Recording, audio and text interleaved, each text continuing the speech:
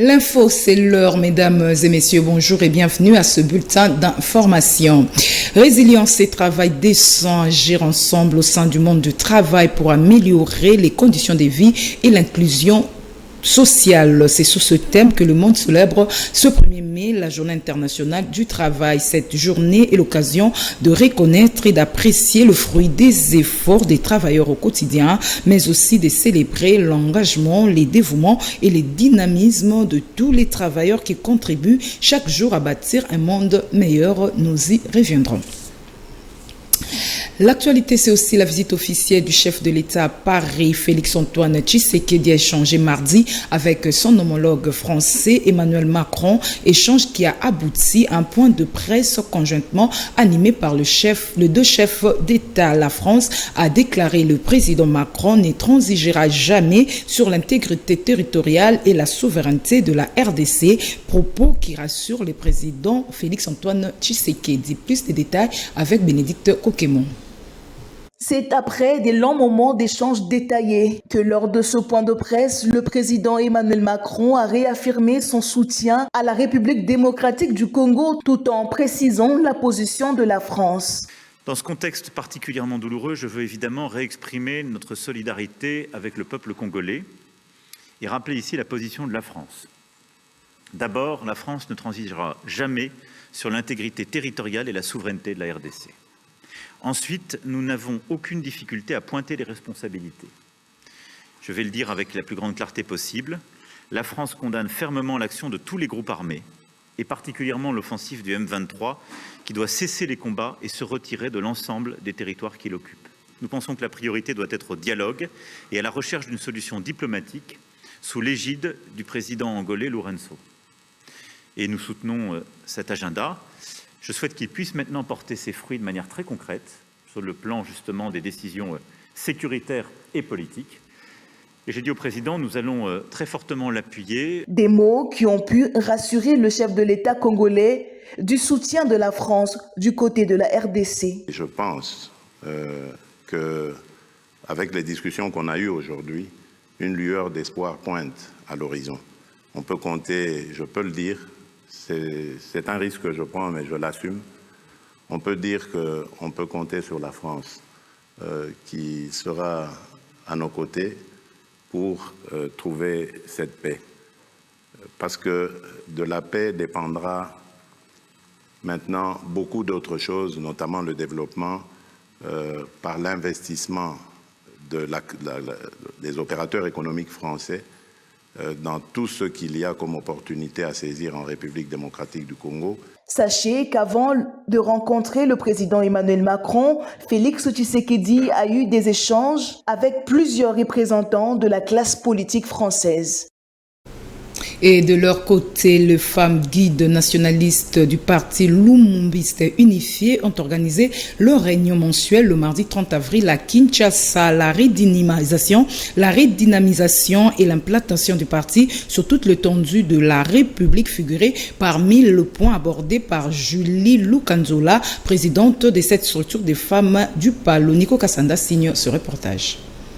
Des milliers de femmes guides nationalistes du parti Lumumbiste Unifié ont répondu présentes autour de leur présidente Julie Lukanzola. Le secrétaire général et chef du parti, le professeur Willy Makiashi, s'est fait représenter par l'un des secrétaires permanents adjoints, maître François Wendo, chargé de la jeunesse nationaliste. Au nom du secrétaire général chef du parti, maître François Wendo a invité les femmes du Palou à cultiver l'unité. Le deuxième message était celui de la présidente des femmes guides nationalistes du Palou, Julie Lukanzola. Cette dernière a invité le maman du Paloum à bannir le tribalisme, le clanisme et le régionalisme. Julie Lukanzola a en outre parlé de la redynamisation et l'implantation du parti à travers la République, invitant le sien à applaudir le chef de l'État Félix Tshisekedi, champion de la masculinité positive, pour avoir nommé une femme à la tête du gouvernement. Le message clé, c'est la redynamisation du parti. Donc on doit redynamiser le parti. Donc, vu ce qui s'est passé dans notre parti, maintenant, nous devons redynamiser le parti Donc bientôt, nous allons aussi faire la descente sur terrain pour réveiller un peu de mamans. Il y a beaucoup de mamans qui sont découragées à cause qui sont tendues en erreur. À cause de ce qui s'est passé, donc à notre ex-camarade Mazenga, il a corrompu les mamans. Quand il était en fonction, il ne donnait pas le travail aux mamans, mais maintenant il commence à corrompre les mamans pour qu'elles ne puissent pas suivre les professeurs Willy Makiache. Or, depuis le deuxième congrès du parti au mois de novembre 2020, c'est le secrétaire général chef du parti, Willy Makiache, qui est sorti secrétaire général et puis lui, Mazenga était secrétaire général adjoint. Mais vu ce qu'il a fait au parti, donc tout ça, alors on l'a destitué du parti. Il ne fait plus partie du parti Lumumba signifié.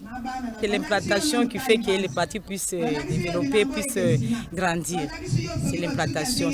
Ça ne sera pas seulement à Kinshasa, puisque nous allons descendre, nous irons dans toutes les provinces de la République démocratique du Congo. À cette occasion, Julie Lukanzola a loué l'attitude des femmes guides pour leur réceptivité aux messages apportés suivant les orientations du parti. Toutes les mamans sont vraiment derrière le chef du parti, derrière les décisions du chef du parti.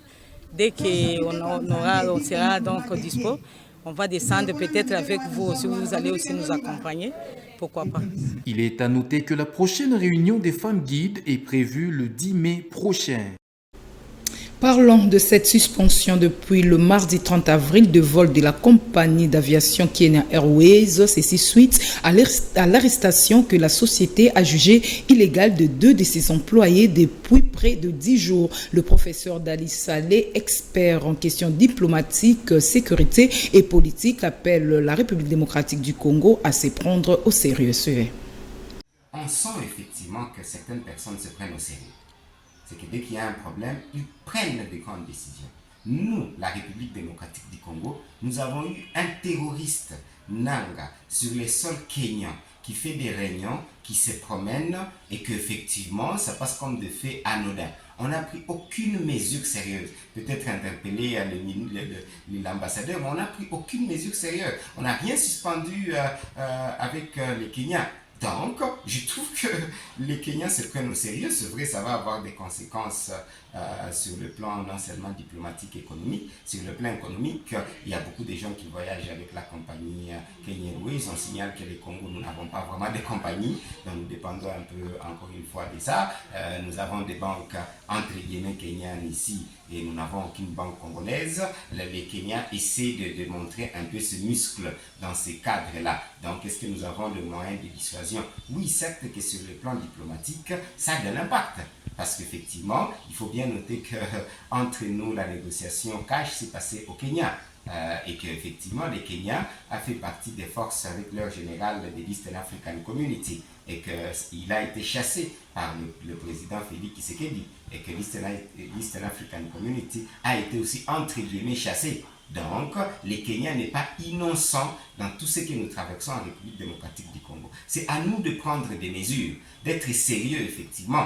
Oui, certes, ça va reprendre probablement, les vols vont reprendre, mais il faudra que nous, les Congolais, nous puissions comprendre que nos ennemis ou bien effectivement nos adversaires sont en train de faire un grand travail et ça peut passer aussi par l'aviation. Soyons sérieux avec nous-mêmes. Et sport pour terminer, derby louchois ce mercredi 1er mai à Lubumbashi entre le tout-puissant Mazembe et les Saint-Éloi Lupopo pour le compte des playoffs de la Linafoot. Mohamed Magasuba, entraîneur de Lupopo, est resté confiant sur les potentiels de ses joueurs à arriver à bout des corbeaux. C'était lors de la conférence de presse d'avant-match. Regardez. Nous, les techniciens, nous pensons que tout simplement c'est un match. Ça ne change rien. Tout ce que ça peut changer, naturellement, d'un côté comme de l'autre, c'est que ça apporte de l'ambiance. Et vous savez que le match de football, c'est un jeu. Un jeu, lorsqu'il se fait dans un cadre ambiant, naturellement, peut-être ça peut agrémenter la chose. Donc ça, c'est extrêmement important. Parce que nous, notre raison d'être, c'est non seulement de jouer, de faire le résultat, mais c'est aussi de faire plaisir à l'ensemble du monde sportif, surtout footballistique, qui nous regardent et qui aiment le football parce qu'ils viennent dans le football, parce que c'est un spectacle. Donc nous, lorsque nous avons le public en face de nous, nous avons un souci, un seul souci, c'est de faire plaisir à ce public-là. Voilà. Et nous sommes très heureux de retrouver notre public, de retrouver la chaleur, de retrouver l'ambiance, en fait, de retrouver la convivialité qui nous a fort manqué. Et nous souhaitons que cela se déroule dans un cadre d'esprit de sportivité et surtout dans un cadre d'esprit de fair play. Le football, c'est un peu comme la stratégie de guerre. Alors, vous n'allez pas dire que l'adversaire est venu avec le bazooka et que vous allez abandonner le terrain. Non, vous allez vous comporter comme de vrais guerriers, de vrais combattants.